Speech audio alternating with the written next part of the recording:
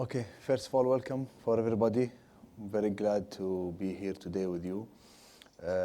Today we're going to talk about our company Ooredoo and the commitment that we're going to deliver to host the World Cup 2022.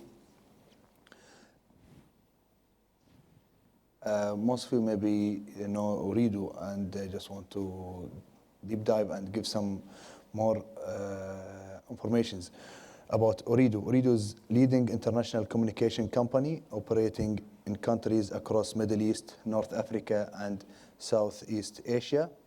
But before growing into a $9 billion company with subscribe based above 100 million customers, Ooredoo, formerly known as a Qatar Telecom or Q till that time, was the incumbent operator in the state of Qatar, where the revenue was only around $1 billion and the subscribers around 2 million customers.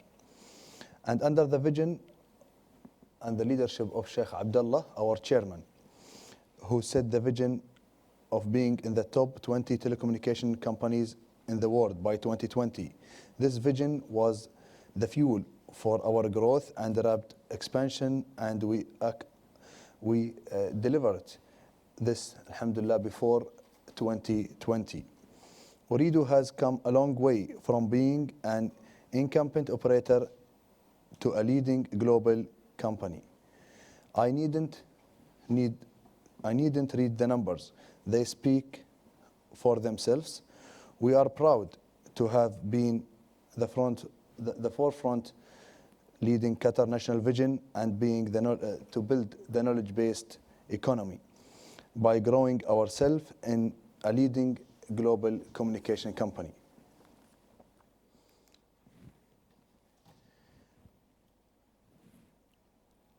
We have enabled the transmission into a knowledge-based economy by ensuring broadband connectivity for the masses. We are the largest data center in Qatar, and we are hosting a national and regional companies in the state of Qatar, and we have one of the state-of-the-art data center. We provide mission-critical communication and ICT infrastructure for Hamad International Airport, which is the global hub for Qatar Airways and one of the leading airports in the world, handling more than 25 million passengers. We are building the first full integrated smart city in the region, which will host the opening and the closing ceremony of 2022. Ooredoo is at the forefront of enabling the knowledge-based economy by participating in all the mega projects shaping the country, by having a global partner and building the capability by themselves. And here there is some examples why we need to challenge ourselves, because we need also to challenge the future. We are here because of our past. We are here because we need also to challenge the future. We successfully delivered the West Asian Games in 2005 and Asian Games 2006 and the Arab Games in 2011 and also the Asian Cups in 2011 as well. And those are just some examples about the big events that we delivered, and we deliver more and more in Qatar. And the entire communication and broadcasting network were proudly powered by Ooredoo. In the last slide, we are supporting the Qatar National Vision 2030, which also supported the SC nation, their vision as well, whom the organization handling the all mandates of the 2022.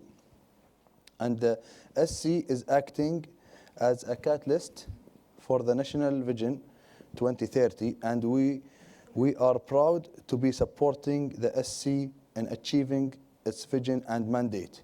Our executive leaderships, starting from Sheikh Abdullah, our chairman, and Ooredoo Qatar's leadership, Mr. Sheikh Saud Al Thani and Mr. Walid Al Sayed, they are fully supported to deliver the mandate of 2022. And finally, I am here on behalf of all the private sector in Qatar, showing the commitment and the trust on our country that we're going to deliver the games in 2022 on the best scale, and I am sure you that we're going to raise the bar and you will really see the amazing. Thank you so much, and now I'll pass it to my colleague Cyril, who will deep dive more about what we can deliver in terms of smart stadiums. Thank you so much.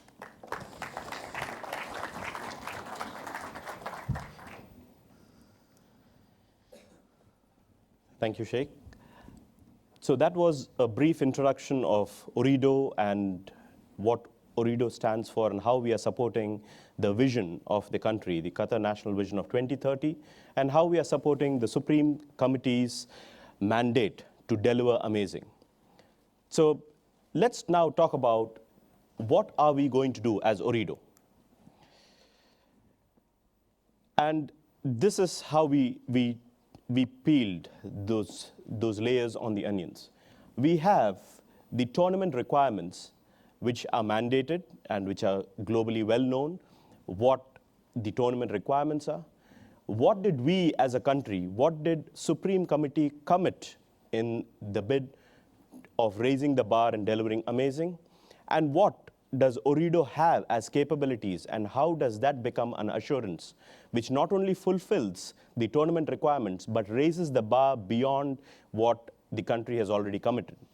So a whole lot of work and planning has already been done, and the central theme of this is fan engagement and the fan experience. It might sound a very cliched word, but we will explain to you what are those innovative things that we have thought about now and how we are trying to future-proof it as we go forward, because it's still quite a few years from now. So the whole is greater than the sum. We are looking at three important stakeholders: the organizers, and under the organizers you have a whole bunch of stakeholders; the venue precinct, which is where the game unfolds itself; and then at the center of it all is the fan, and the fan experience above all.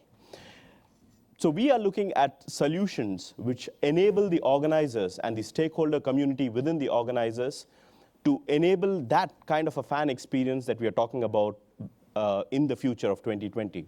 Whether it be a command and control center which has an oversight of what's happening in the stadium, whether we are talking about an IBC, which is going to be a state-of-the-art facility which will be facilitated, whether it's about the security systems to have an incident-free games, which are the key mandates of the organizers, then going into the venue as to what kind of technology will be placed in to enable that fan experience, whether it is the Internet of Things, the high-definition Wi-Fi, the digital signages, the wearable technologies that the venue would be capable of catering to, and then that basically translates into the fan experience that we are talking about. A fan experience where it's an immersive experience, a digitally connected fan who will be able to share his content, the second screen and the third screen experience. So all of these put together is how we look at delivering that amazing experience that the Supreme Committee was talking about. So let me kind of sum it all in more layman terms. Telecom being the enabler, and that's the bread and butter business of Ooredoo. We have been doing this for decades, and we are now moving away from not merely being a telecom operator to being a true customer-centric, fan-centric experience provider. And how do we do that is by ring-fencing the organizers, the venue precincts, and the game. At the end of it, it's not technology that's going to wow the spectators. Technology is merely an enabler. What we want to shift the focus for the organizers and the stadium owners is don't focus on technology, leave that to us. Tell us what your end game is. Tell us what your outcome is. Tell us how do you want to wow your spectators. We have the technology. We are the ones who know the nuts and bolts of it. We deliver you the business outcome, which is deliver amazing. Thank you.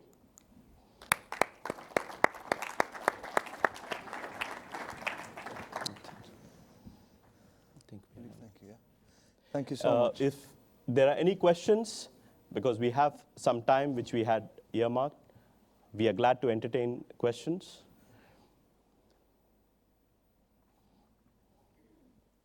If there is any.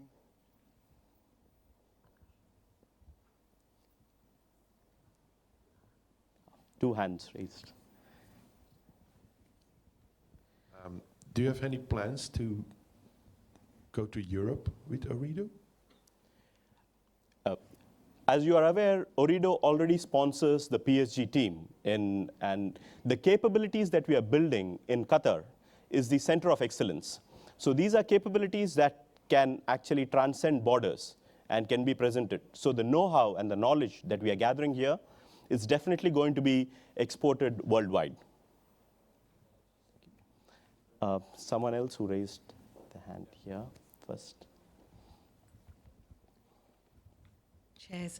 Hi, I work in the field of CRM and business intelligence.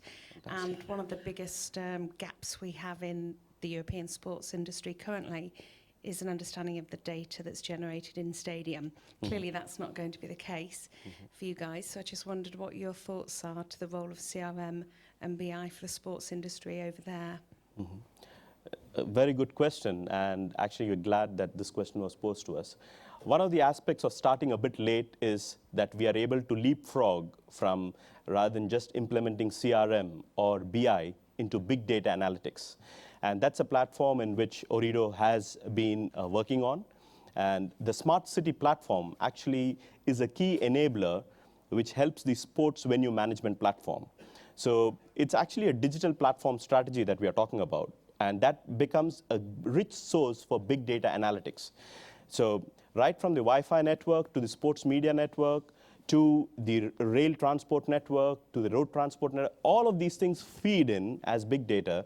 And that's the direction that we are taking as enabling a more holistic fan experience rather than just concentrating on the venue or the fan experience only at the precinct. So it starts right from the time he orders the tickets to the time he goes back home.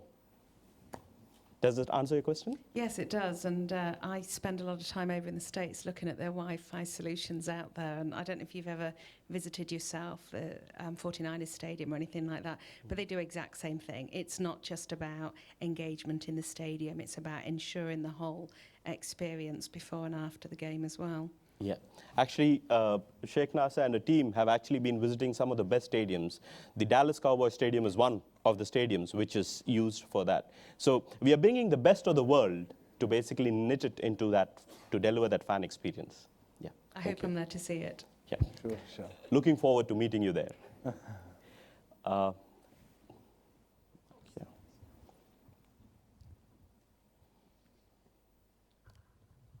Hello, my name is Ben. What kind of fan experience examples do you do you see for 2022? Very specific. Okay. Now, if you're talking about very specific examples, those are more in the context of what's available today. We don't know what would be available in 2022. So I can tell you what kind of a fan experience can we enable today and how I'm going to future-proof myself by investing in innovation and R&D and setting up crowd sourcing of ideas to be able to better facilitate in 2022. So let me talk about one example.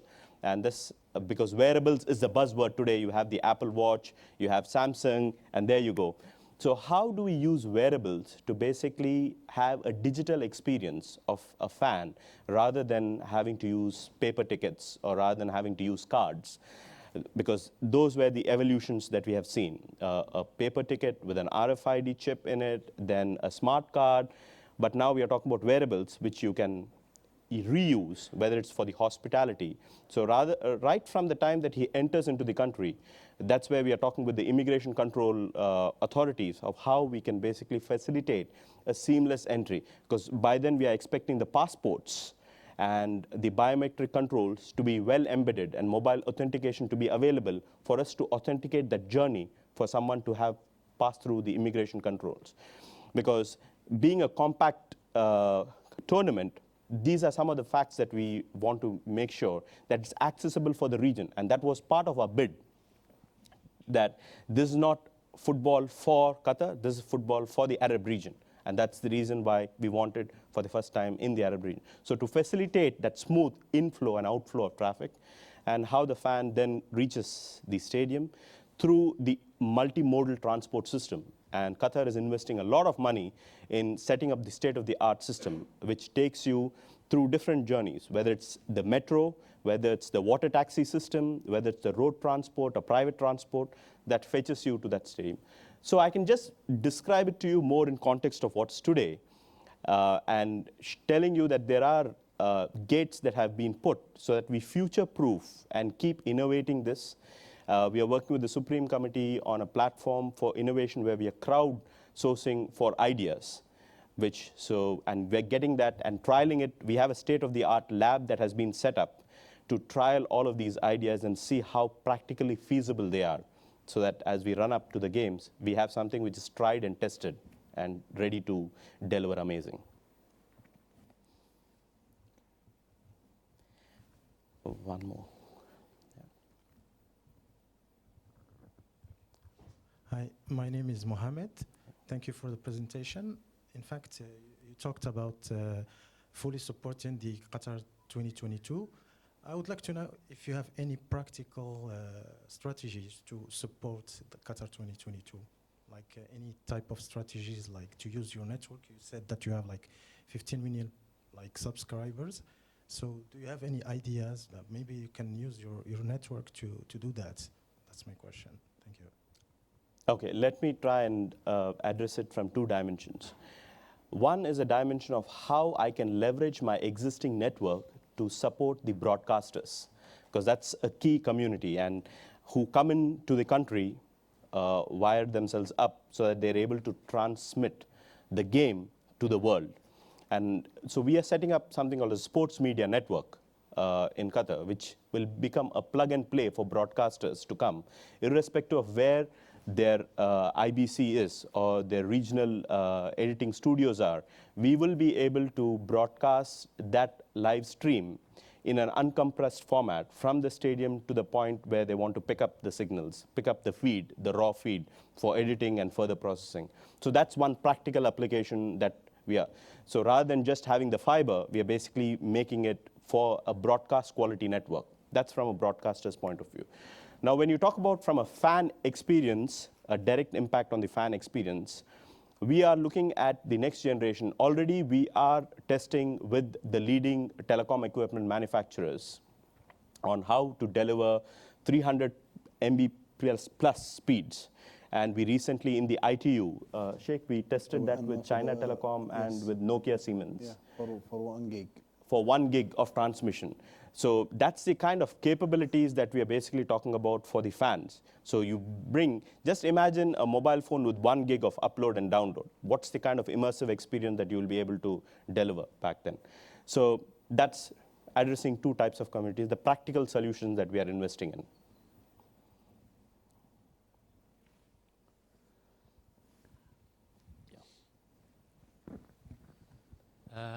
Would you tell us more about any challenges that you might be facing to deliver your projects in 2022, and the effect of having all the stadium in close distances?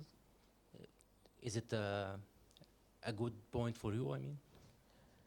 Well, when it comes to challenges, I have my boss who solves all my challenges. So I'll just joking.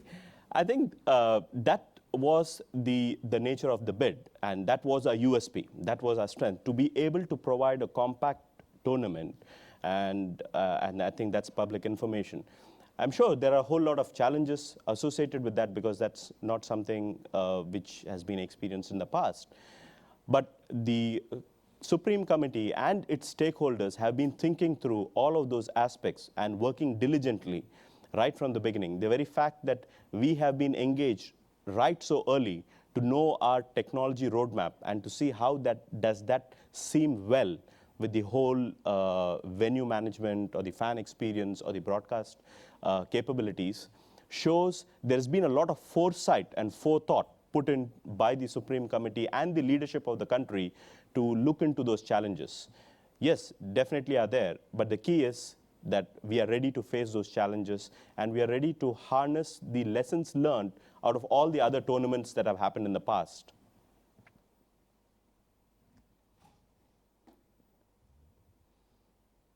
Fantastic. Thank you very much. Thank you. It was a very insightful questions and very meaningful ones. I hope you enjoyed the presentation and looking forward to seeing you in 2022. Thank you so much.